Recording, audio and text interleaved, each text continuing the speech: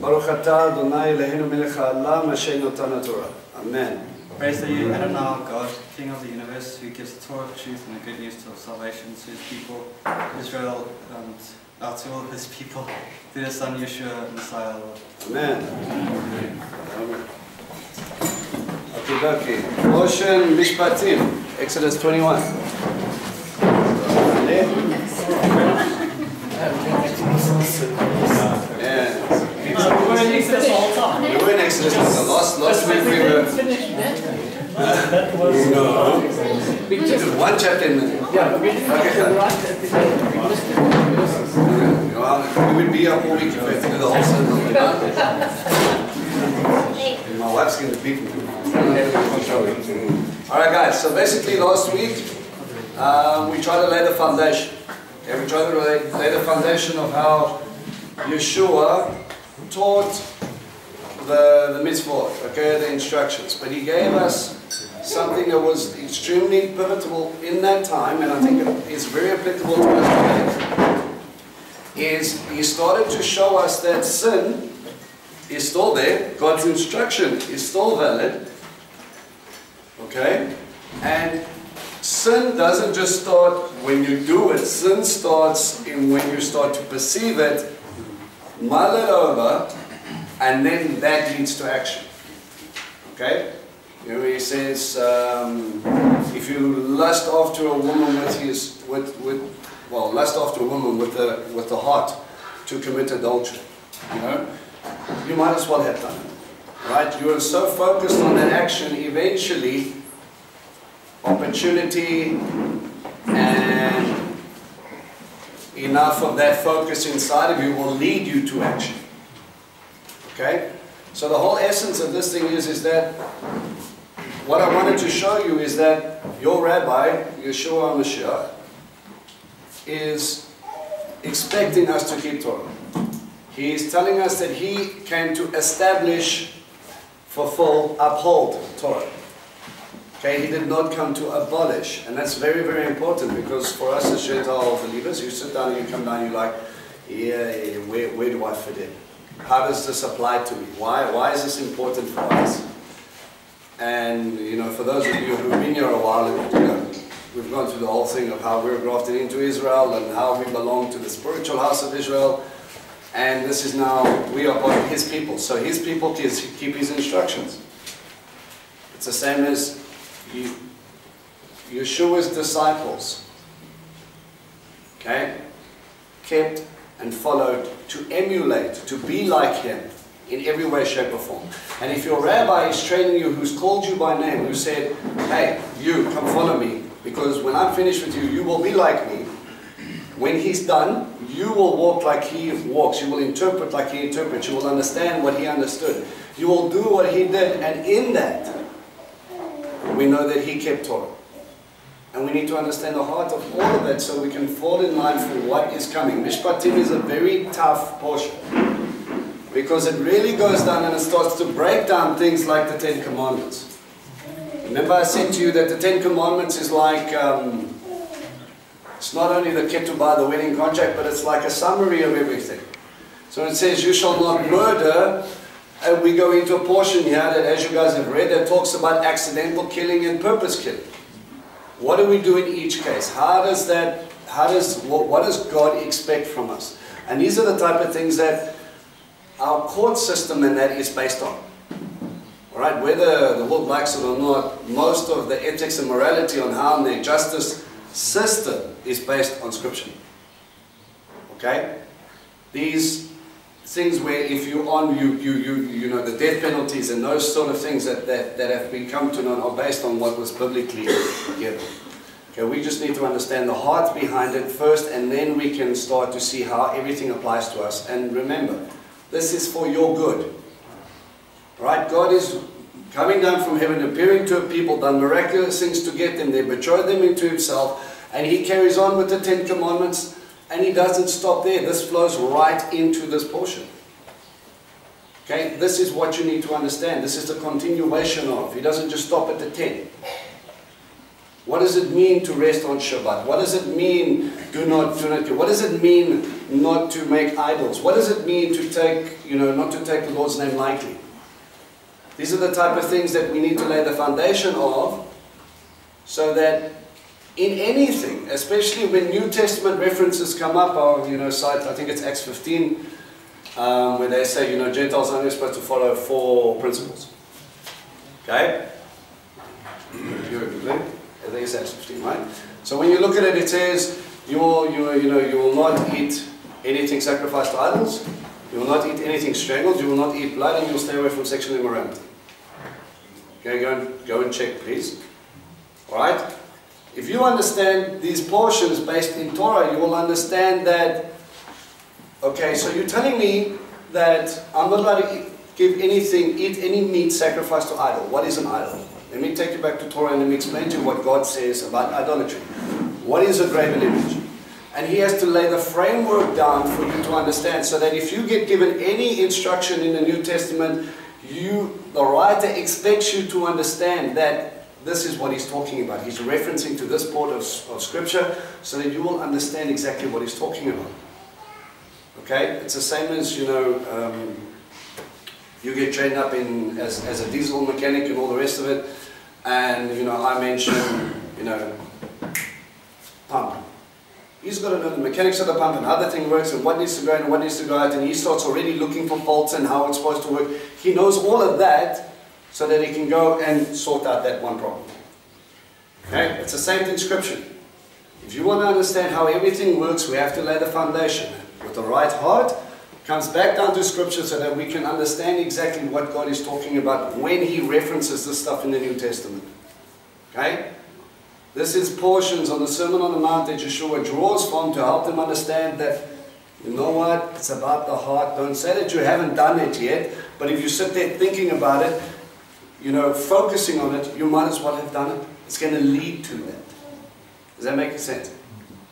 Alright, so this is a fairly tough portion. So we're gonna do our best to try and get through this. Alright, Exodus 21 verse 1.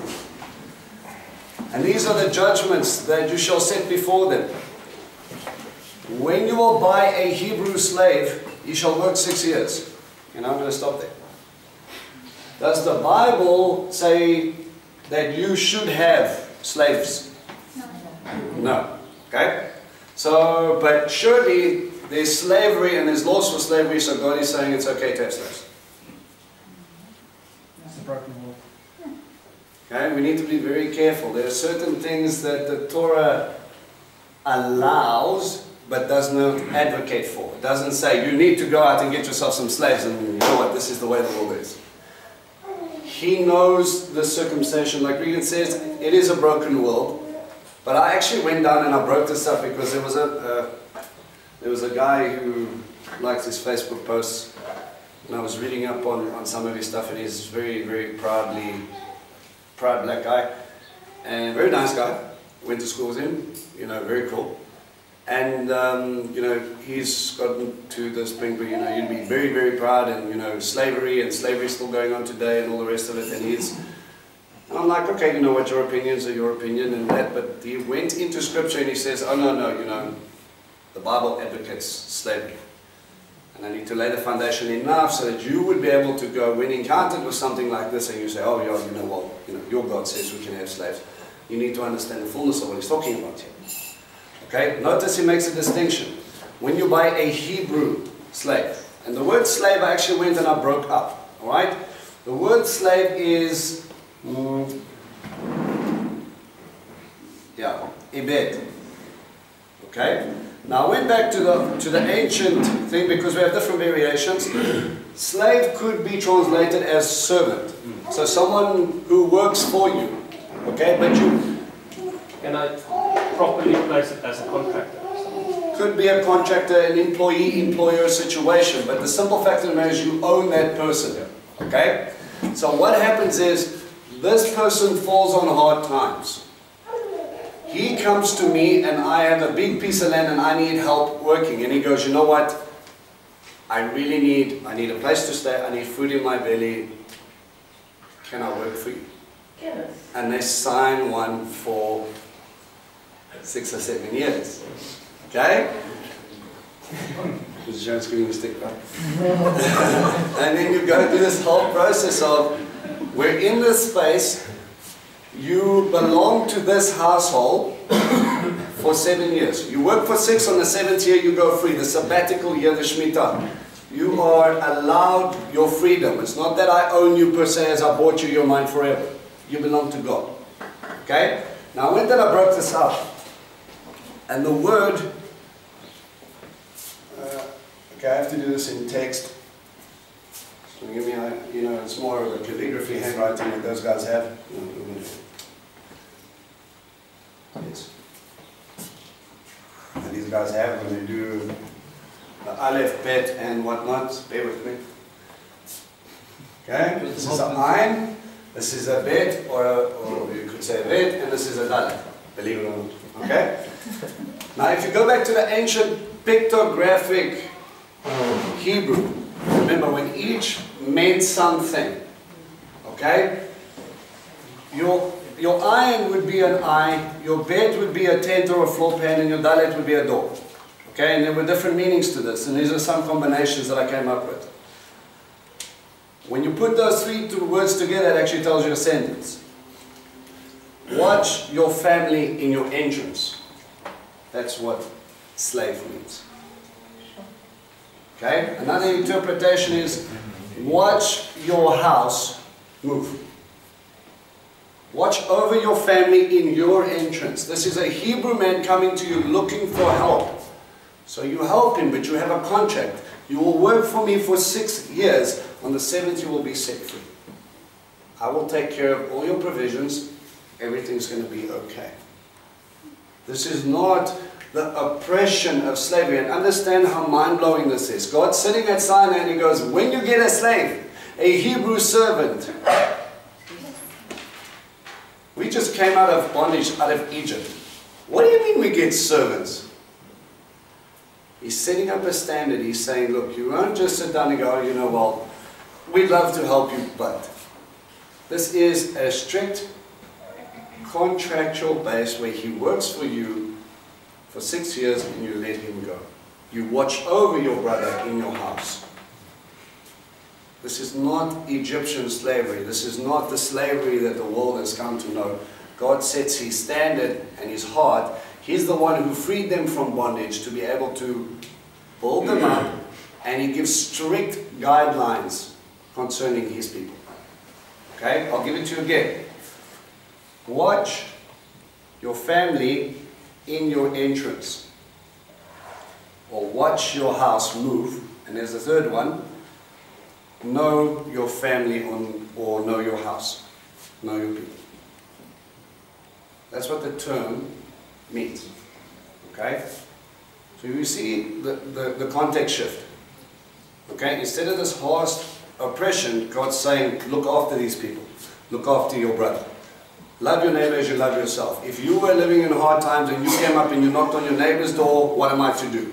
Am I going to sit there and just feed you while you sit on your bum and do nothing? No. You will help. You will work. It is good for you. You will have respect. You will be able to earn your food. It will be good for us, and we will be able to live as a community.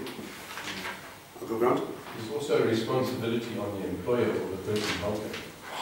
Absolutely. You do it correctly. Absolutely. Torah goes extremely in depth when he starts talking about, you know, when this person comes into your house, you will treat him like a brother. You will not treat him like a servant. He doesn't stay in the servant's quarters. When he comes into your home, he is your family, and you will look after him as such. Okay? Okay? So, when you will buy a Hebrew slave, so someone who comes into your house, who belongs to your house, that you will help, he shall work for 6 years, and in the 7th year he shall go be liberated for free. No one has to redeem him, no one has to buy him out, you let him go. He never belonged to you, he's lent to you for a time. You're helping someone. So every sabbatical year, okay, the Shemitah, you let go of your slavery. So this is a time of, remember, 7 represents what? Perfection or God's planning. Completion. So it was God's idea and God's plan that He sets people free. Isn't that a picture of what Messiah did? Isn't that a picture of what God, Hashem did in Egypt, setting them captives free from bondage, from Mitzrayim, literally Egypt. Okay, time and time again He wants to set them free. If He will come by Himself, He shall go out by Himself. Right? You take what you brought in. If He will come by Himself, He shall go out by Himself. If He is a woman's husband, then his wife shall go out with him. If his master will give him a wife, and she will give birth to sons or daughters for him, then the wife and the children will be the master's, and he shall go out by himself. Okay? That sounds harsh. But that person who he's looking after, he's taking responsibility for. Now remember, put it into this context. This man comes in, he's got nothing but the clothes on his back. He comes in, he works in, he goes, I need help, I need to work, and all the rest of it. He works for 6 years, he gets a little bit together, be free. Does he have enough to go over and take care of a family? You have to ask the question. Wouldn't maybe that wife that is given, couldn't that be a daughter also of the master and those children his grandchildren? In some cases, yes. In some cases, it could be that they would be, he would be, well, it was definitely in case with, in reverse where a daughter is given to the master's son, and then they would be, that's basically marriage. Okay, but he would not be able to provide enough for this family. Now I must send out these children and this woman out who I am responsible for, and then just go, oh Lord, please just take care of it. Alright? He has a responsibility for their welfare as well. Isn't there a similarity with this, with the story of Jacob?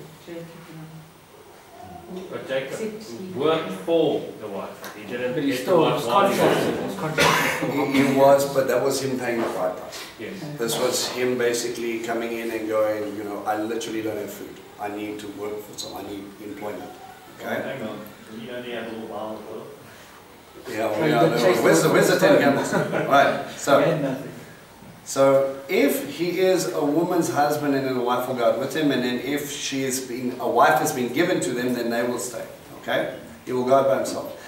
If, listen to this carefully, verse 5. And if the slave will say, I love my master, my wife, and my children, I won't go out and be liberated.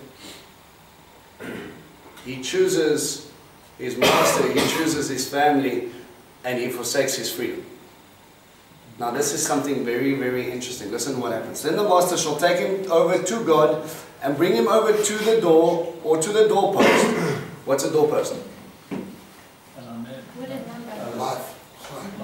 Well, it is, you know, we can say the door frame is high, but the word mezuzah is literally doorpost. Okay? So you will bring him over to the place where you're remembering God's instruction. Alright? And you shall pierce his ear with an awl, and he shall serve him forever. This is what's known as a bond servant. Someone, and a lot of people take a very dim view on this fellow, because he has forsaken his freedom to go and serve somebody. He has gone back into Egypt. But this is the term that Paul uses when he does his writings. He says, I am a bond servant of Christ. It is not about me. I do not serve myself. I love my master. I am his bride in a sense, and I'm coming in and I want to be part of his household. I will stand with the mezuzah, with his instructions. I will take on this mark that I belong to someone, and I will serve him forever. You see, we have this idea, and we need to be careful here. Yes, God liberated you from slavery, from bondage, from your sin. Yes? Okay, take it back to the physical. He freed you from Egypt and he brought you out, and now you are free. Free for what? For his use. Free to go into a ketubah, a covenant contract with someone else, which means you belong to someone else. But he gave you freedom to choose. You were not just bought and go, you're mine. Get in the back of the closet. You only come out when I want fatties and monies. Eh? This is a process of you come out and you choose your beloved. If you choose, if you do, hear and do all that I obey, then you will become my peculiar treasure. And the nation stood up and said, we will do all that Hashem commands. They chose free will to go into a loving relationship, covenant, with God. So you are no longer just free. It's not all about you. It's about your spouse. It's about God. Nancy. Are they allowed to be slave again for another 6 years? Well, yeah, when they talk about when he gives him over to a bondservant, he is forever. He belongs to that house. But then he belongs to the house. Okay, so it's not just now, yay! Okay, now go sweep that, do that, and do that, and all the rest. And we'll call you when you need you. Go sit in the back of the property because we don't really like you. This is a people that eat at the master's table. These are a people who belong to his house. Okay? You are in charge of this person because he loves you. And yes, how many harshly oppressed people would go, yes please, I love Egypt, please send me back. You're free and you get to choose here. And he goes in and he loves his wife, he loves his children, but he loves his master first. And he says, no, I would rather stay here. It is a beautiful picture of what we are to become. You do not belong just to yourself. You belong to the King of Kings. You are choosing to serve him. You are choosing to belong to his house. You are choosing to accept and love what he has given you. It's also for the 6 years until the 7th year, the master obviously did something wrong because they want to stay. So they're not being oppressed, it's out of their own Freedom. freedom and they like being there. It must be something ridiculous. To be, his master must have been so loving. And again, this to me is a picture of what we do, what Paul was understanding. He says, no, I could go out and do what I was doing, how I was doing it with a different viewpoint of now I'm a believer. Still a Pharisee of Pharisees, but a believer in Yeshua. No, I belong to God. I belong in his house, and I forsake my freedom to be about the business of the kingdom of heaven. You understand? Okay? And if a man shall sell his daughter as a maid, she shall not go out as the slaves go out, if she is bad in the eyes of her master who has designated her for himself. Again, this is not just a maid, a maiden. Okay? If I brought her into my house when she was young for preparation because I want to marry her or I want to give her to my son in marriage. Understand, this is with God's heart. Proper marriage, not I man, you woman, you clean, then when you're done, I'm watching TV, woman. Okay? It is not the way. Remember, the rabbis talk about a wife and a husband balance each other out. You are one flesh. Scripture talks about if you hurt your spouse, you hurt yourself.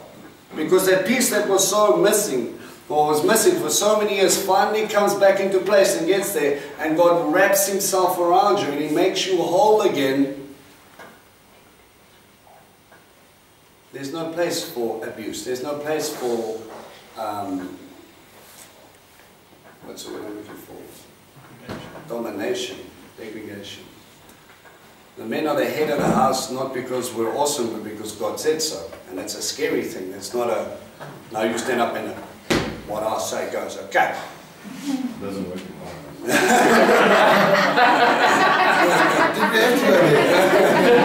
we have to go there?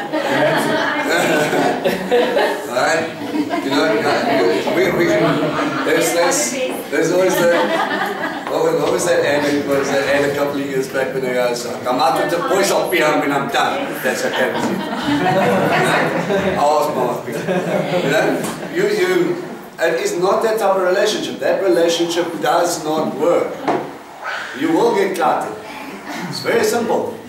In the same way a wife, if she walked up to her husband and she says, this is what I'm doing, you better like it or else what? You know there's going to be a little bit of issues and there's going to be pull and push. And instead of building each other up, you're breaking it down. Instead of the two of you making a decision together, one is trying to lead and it's dragging the other one to follow, where they're not even committed. They don't even know what they're doing.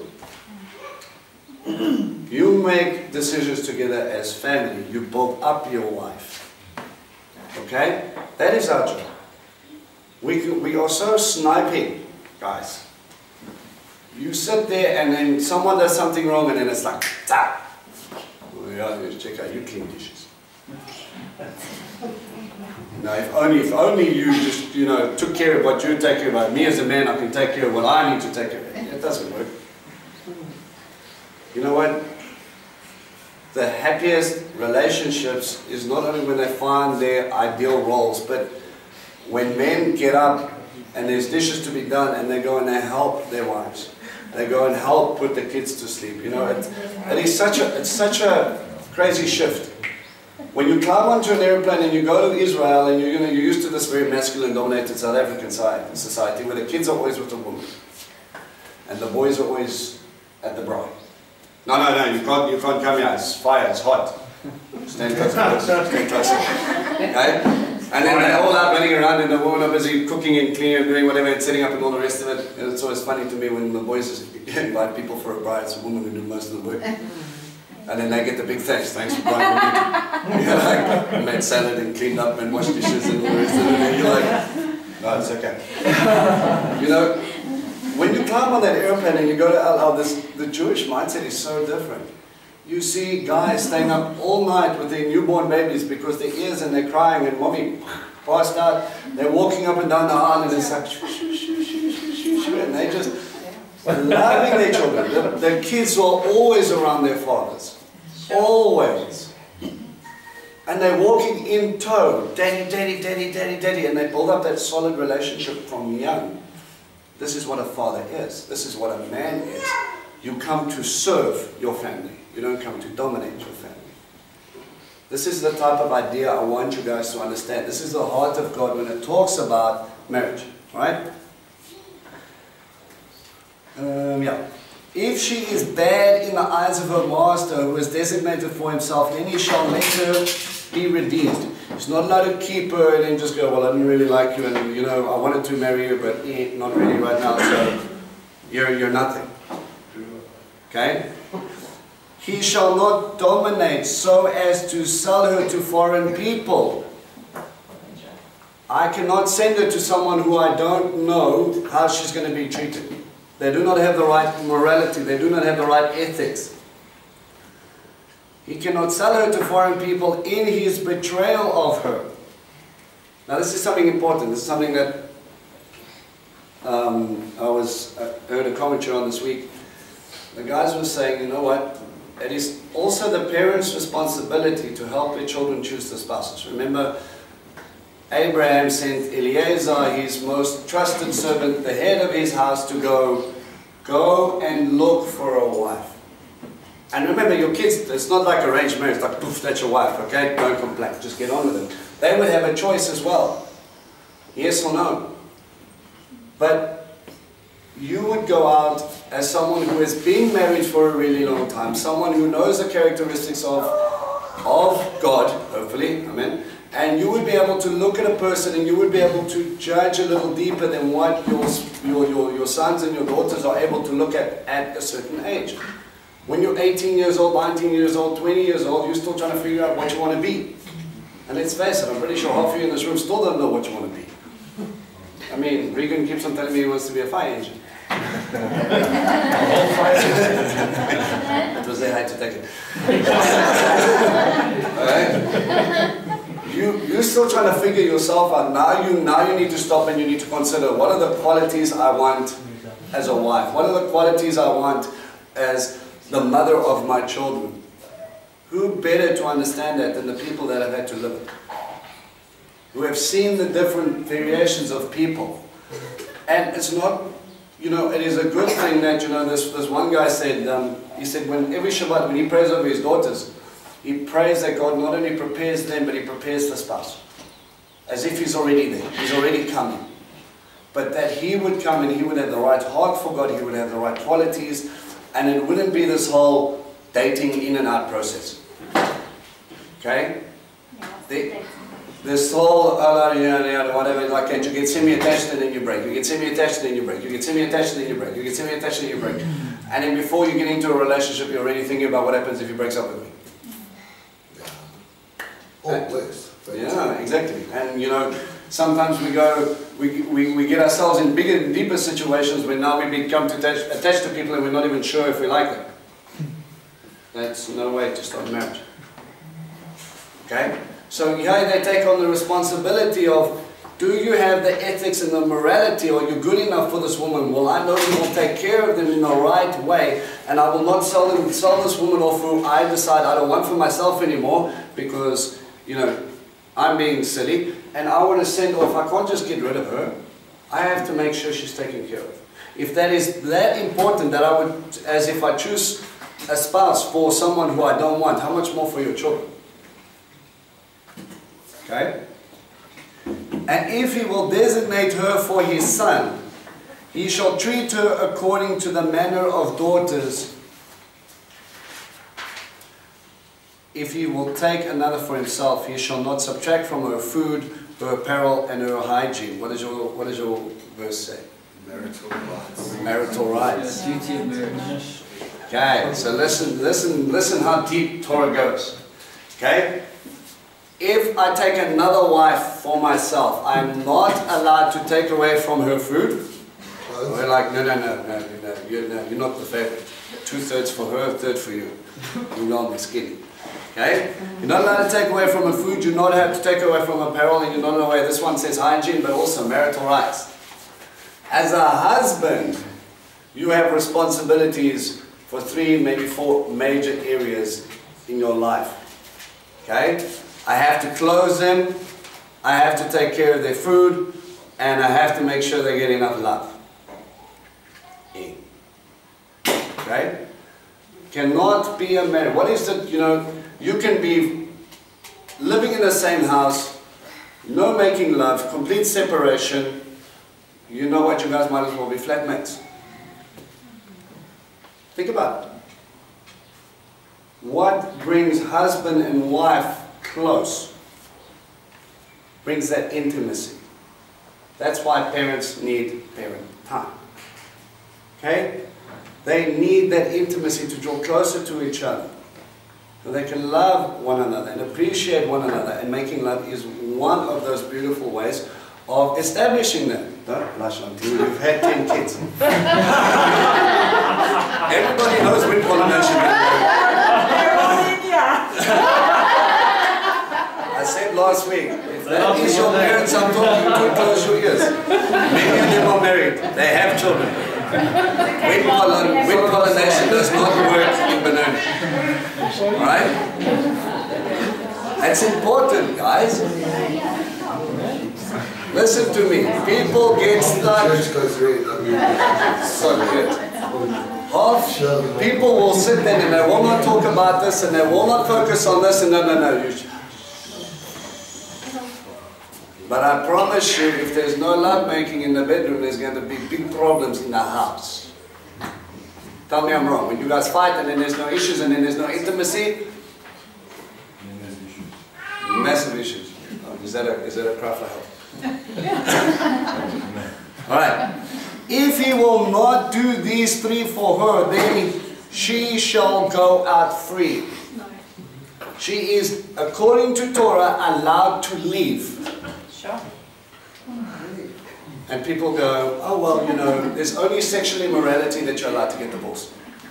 You're allowed to leave. This is for someone who is to take it in. If you do not take care of those 3 things, men, if you do not take care of those 3 things, your wife, according to God's instruction, is allowed to leave.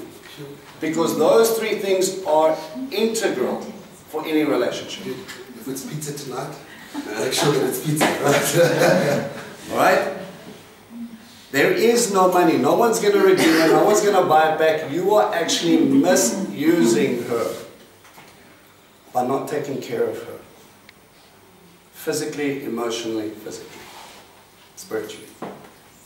We have these different aspects, and when we do, you know, when we start looking at, you know, marriage counseling and things like that, I always break it down. You know, it seems like this last 2 sessions have been about marriage counseling. Okay? You've got spiritual groups. You've got physical. You've got emotional. And these things will be, they have different hierarchies to different things, but I mean, there's different needs for everybody.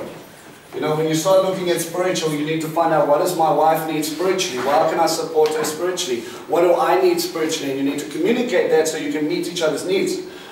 I need time to go pray in the morning, and my wife lovingly takes the kids and she tries not to shout and scream when they're being naughty, and she goes away and I have my talit on and that's me. I need that time. Okay? She forsakes her need for me to sit down and watch TV with her because she knows I need to take care of this. When I'm finished with that, and it also gives her time to focus on her spiritual need, then I can sit down and we can focus on, let's just watch TV and hold hands. Let's talk. Okay? What do I need from my spouse? And then physically, what we've been talking about. But not just making love, it's also about space. Some of you might need to go to gym and you know, get rid of stress, and it's a good thing. Exercise is a good thing. And you just take an hour, you know, maybe 3 times a week, and you just look, I need me time. Okay? If you need that, I'm here for you. I will take the children, you go out and you go do what you need. Go for a walk.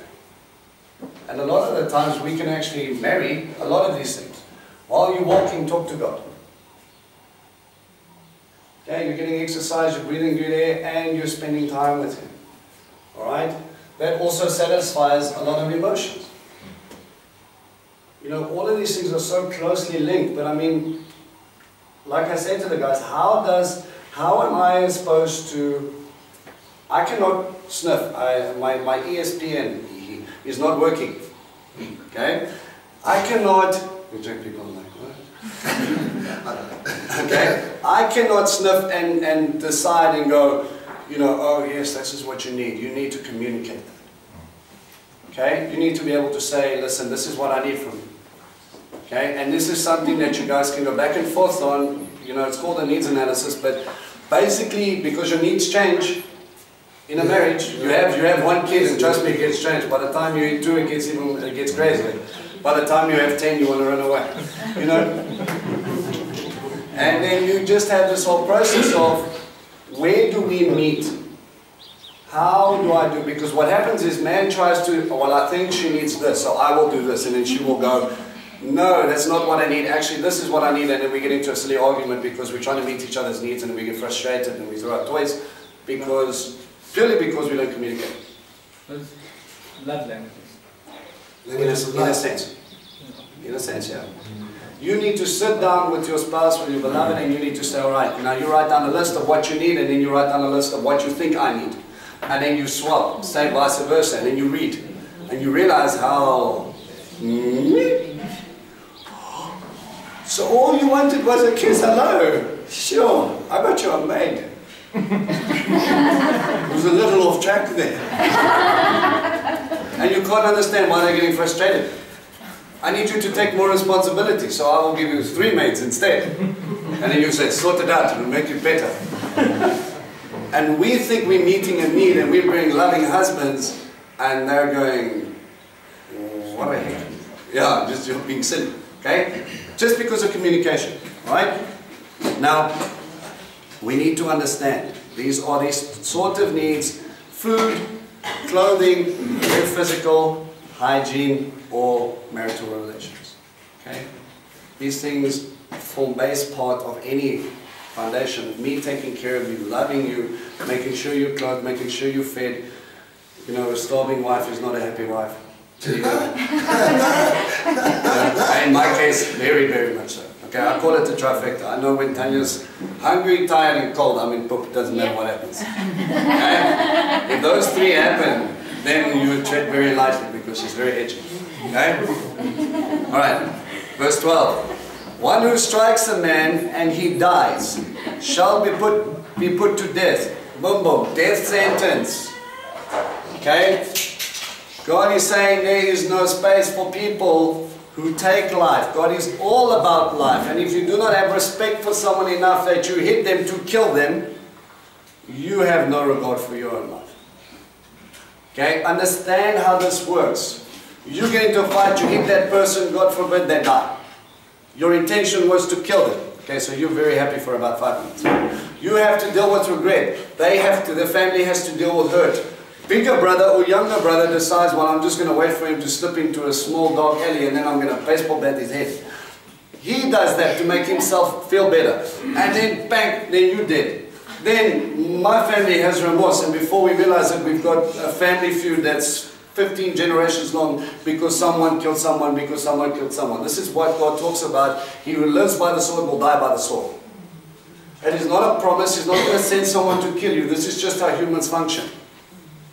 Okay? There is this whole process of, oh, okay, I'll check you later. No, I'm going to see you later. No, you can count it.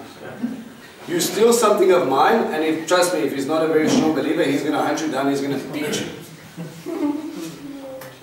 Face it. I mean, we know plenty of guys like this.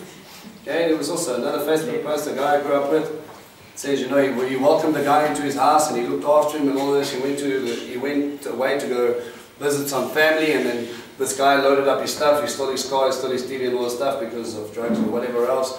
And then the first thing is on Facebook is like, that's it, I'm coming, I'm hunting, I'm looking for you. And like there was a string of about 20 different oaks going, well, I've got nothing better to do, well, let's go. And I'm sitting there thinking, really, why don't you just report him to the cops? You hit this man, God forbid he dies, you sit in jail for 15 years, why? Why? But our South African cops don't do anything. Yes, you understand, dude. Okay? This is what's going to happen, alright? He is to be put to death, death sentence. Okay, what's God's prescribed way of death sentence? Stoning. And how do we stone somebody? Not with marijuana.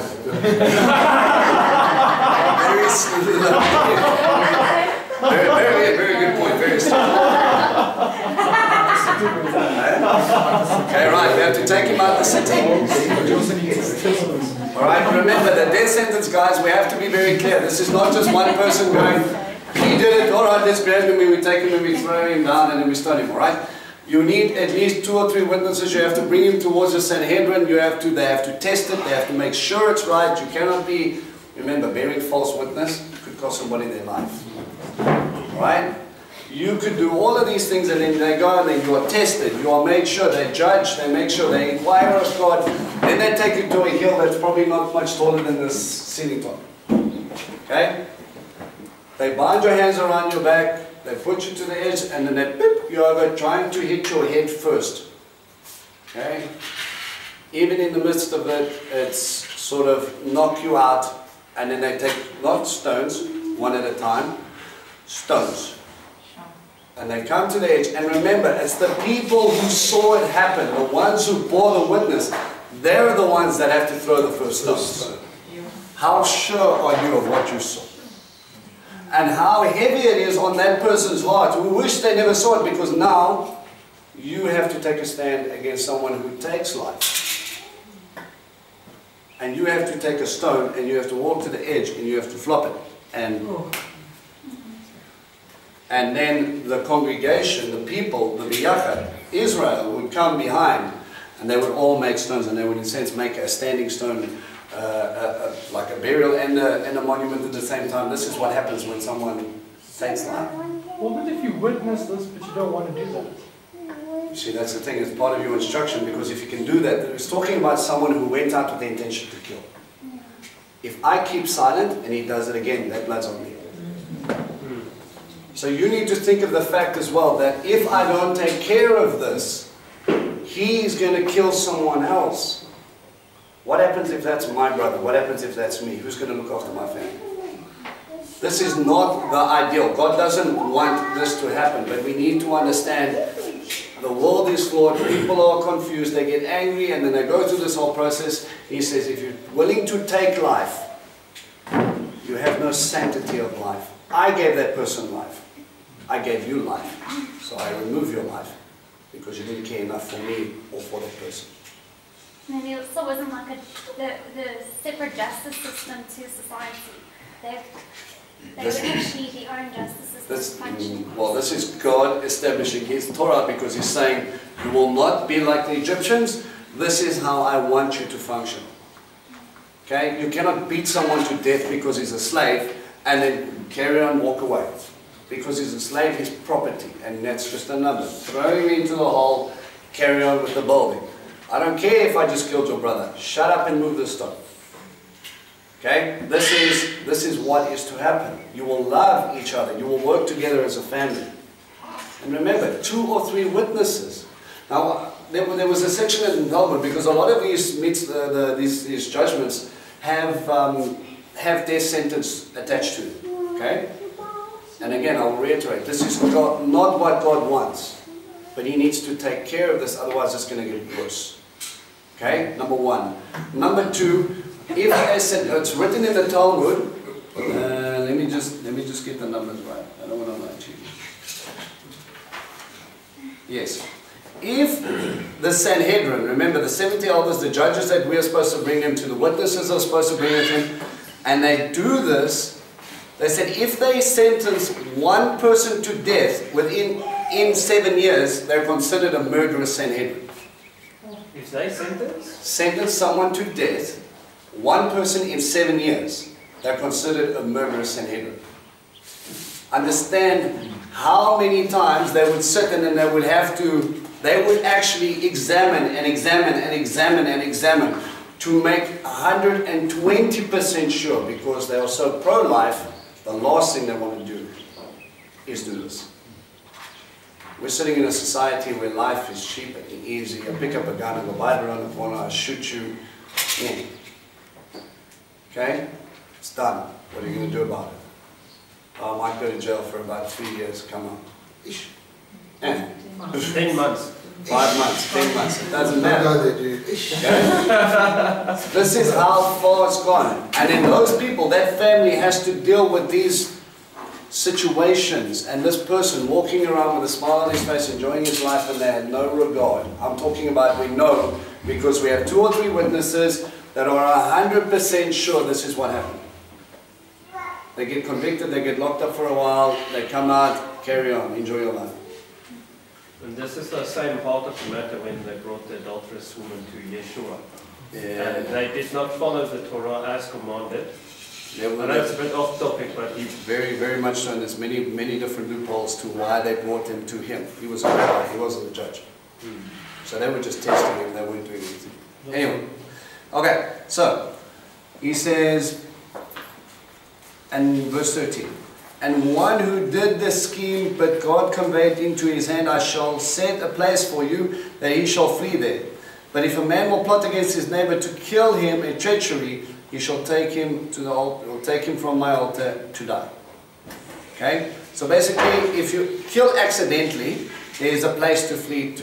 So you're sitting with an axe head, and then you, and then it hits the guy behind you. It's never done that before, and you accidentally kill that person. To protect you from the family, there's a place called a city of refuge. Flee to the city of refuge, because that person's anger might overtake him and then he might do something stupid. So he might come and kill you because you've taken away a brother, you've taken away a son, you've taken away something of mine. I don't care the circumstances, I'm going to kill you. Okay? Emotions sometimes overrule logic. Alright? And what happens is, to protect that family member who's trying to avenge, he says, go and stay in the city. Okay? And be free. And you don't have to worry about your life, because he cannot touch you. And then this person will be able to sort of mourn and process and go through that. But there's still this consequence where this man has to leave his land and he has to go and stay. And then also, a lady gave me testimony. Her son was obviously having a drunken party, and he pushed his friend over and he died. The friend died. And so it was a couple of months trial, and they prayed and prayed, and she eventually said, you know what, if he's guilty, he must face the consequences of that. You know, I'm releasing this to you. But then it turns out that it was just an accident, and that just comes down to being at the wrong place at the wrong time, and what are you doing there? Why are you in that state? So, you know, again with the bearing witness, where were you? You know, why were you in the dark alley? Yeah. You know, that is, but I mean, we're talking about, God willing, a society that isn't drunk with debauchery, that isn't going through this, you know, this mishmash of now we have to sort out your bad behavior with someone's ridiculous behavior, and then you've got this whole problem. These things are applicable to our times, but in the ideal situation in Israel's society, as God's trying to form them together here, you start to see the heart of God saying, I will not tolerate this among you and my people. You are holy, you are set apart, you are my beloved. There is no place for this sort of behavior. Okay? Verse 15. A man who strikes his father and his mother shall be put to death. If you cannot respect your parents, I know it's respect society. you won't respect society, and you will never respect your heavenly Father either. You will do what you want, how you want. Remember, this is now not only just taking away his respect, it's taking away his authority, it's taking away everything. Alright? Sorry, and that was with the parents being godly parents. Godly parents, absolutely. Not the- This is ideal society. Ideal society, okay? You're